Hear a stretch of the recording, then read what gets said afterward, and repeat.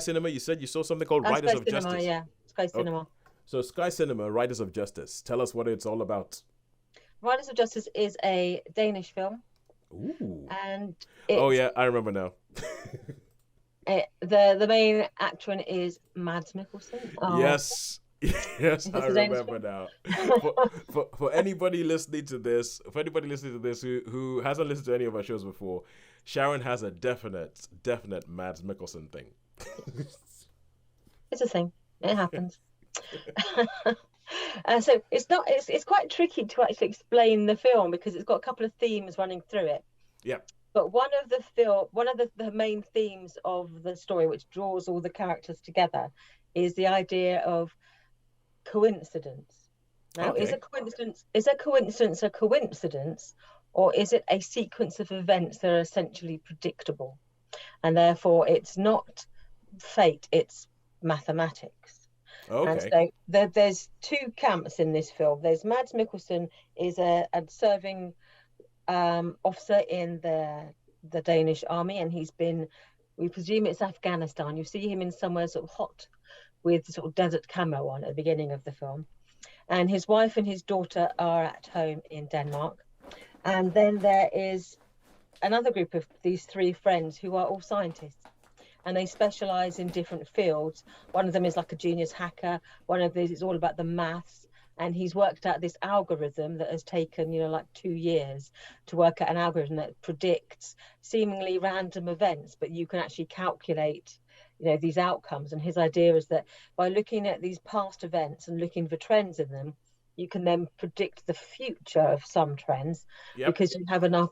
Often you don't have enough evidence to see where something came from. But the more evidence you can gather, the more clearly you can see paths. And if you can see paths, then you can start predicting.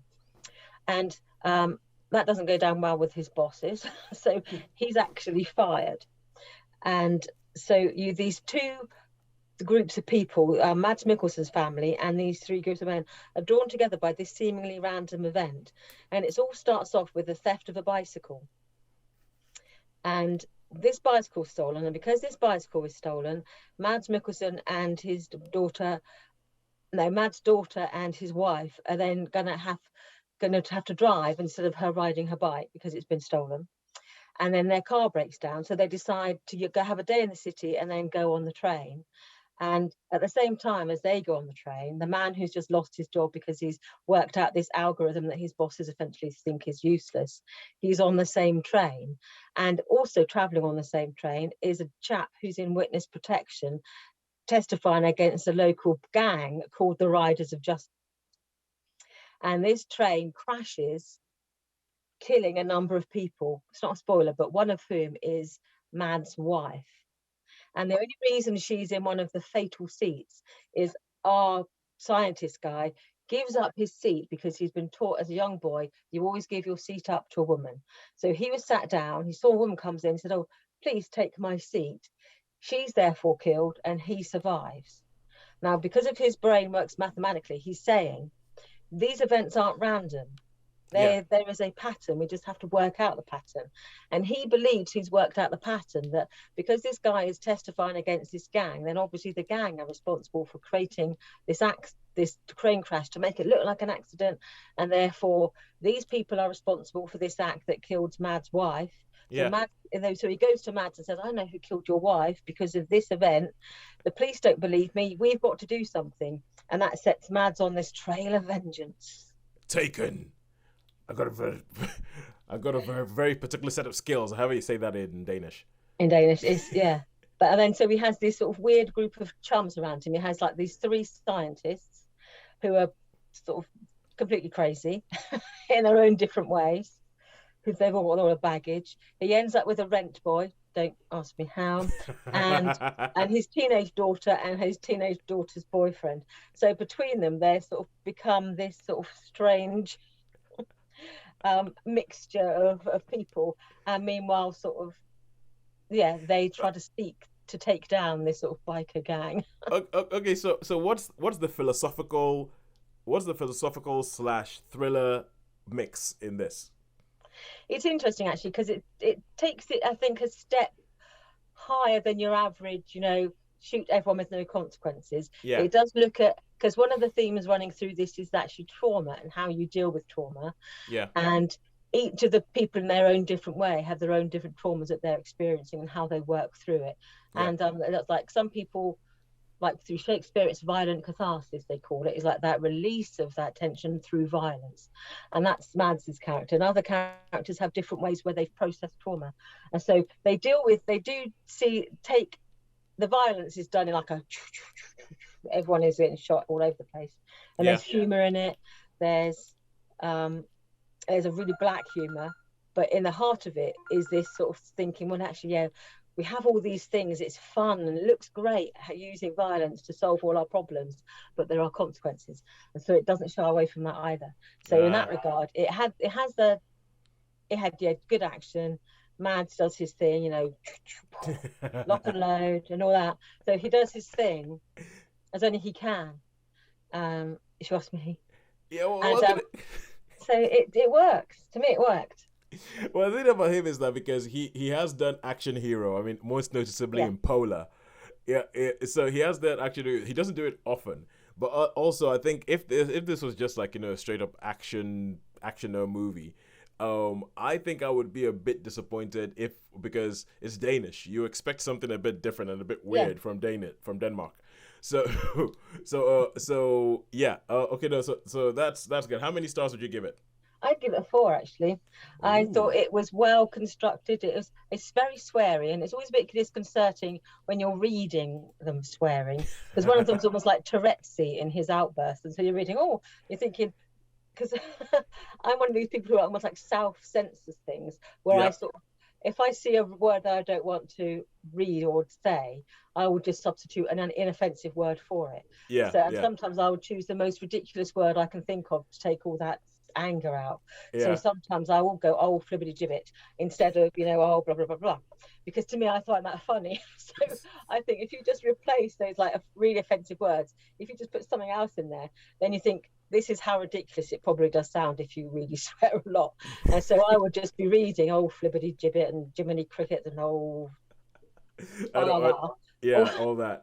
All that, but so it's quite difficult, but it's very strange. But I enjoyed it. I thought it was funny and in places, really sad in other places, and poignant in a way that you wouldn't expect from an action film. So I thought it did really well, and I thought it's just really well done. All right. And it wasn't as predictable as you probably might think it would be, given the fact that it's an action thriller with Mads Mikkelsen in his gun-toting vest. So I would say it's a 4. Good stuff. Sorry. Breaking news. I have just gotten an email from Odeon Cinemas talking about important government guidelines updates. Literally came through. You might have heard the sound. It literally came through as... the thing. Yeah, you might have heard the thing. I've been contacted by Cineworld to say, wear your mask. Yeah, in line with government... Anyway. Same here. In line with government guidelines, from 10th of December, face coverings will be mandatory in cinemas in England, except for when you're eating or drinking. Please note, you're not required to provide your COVID status while visiting cinemas in England. The safety and well-being of our guests and cinema teams remains our priority. You can find out more about safety measures on the Safer Cinemas page. We hope to see you in one of our cinemas soon. So that's more or less word for word what Cineworld sent to me this afternoon. They're hoping, and I hope that their hope is... Well, I hope the hope is not misplaced, even though let me put it this way, they are more enthusiastic, they are more optimistic than I am, but probably because they have to, because their business relies on it. Yeah. So, but I've got in the habit though, if I'm upright, I wear a mask if I'm inside a building, and if I'm if I'm outside, if I can reach out my arms and I can touch anyone, I wear a mask. Yeah. But basically, I'm like mask safe anyway. I essentially go with the whole thing of, if I'm in an area where I can control how far away I am from people, then, so if I go into the shop, every now and then I'll forget my mask, and I won't freak out about it. I'll just go in there and I'll do my shopping and I'll get out of there as soon as possible, because I can control how far away you are from me.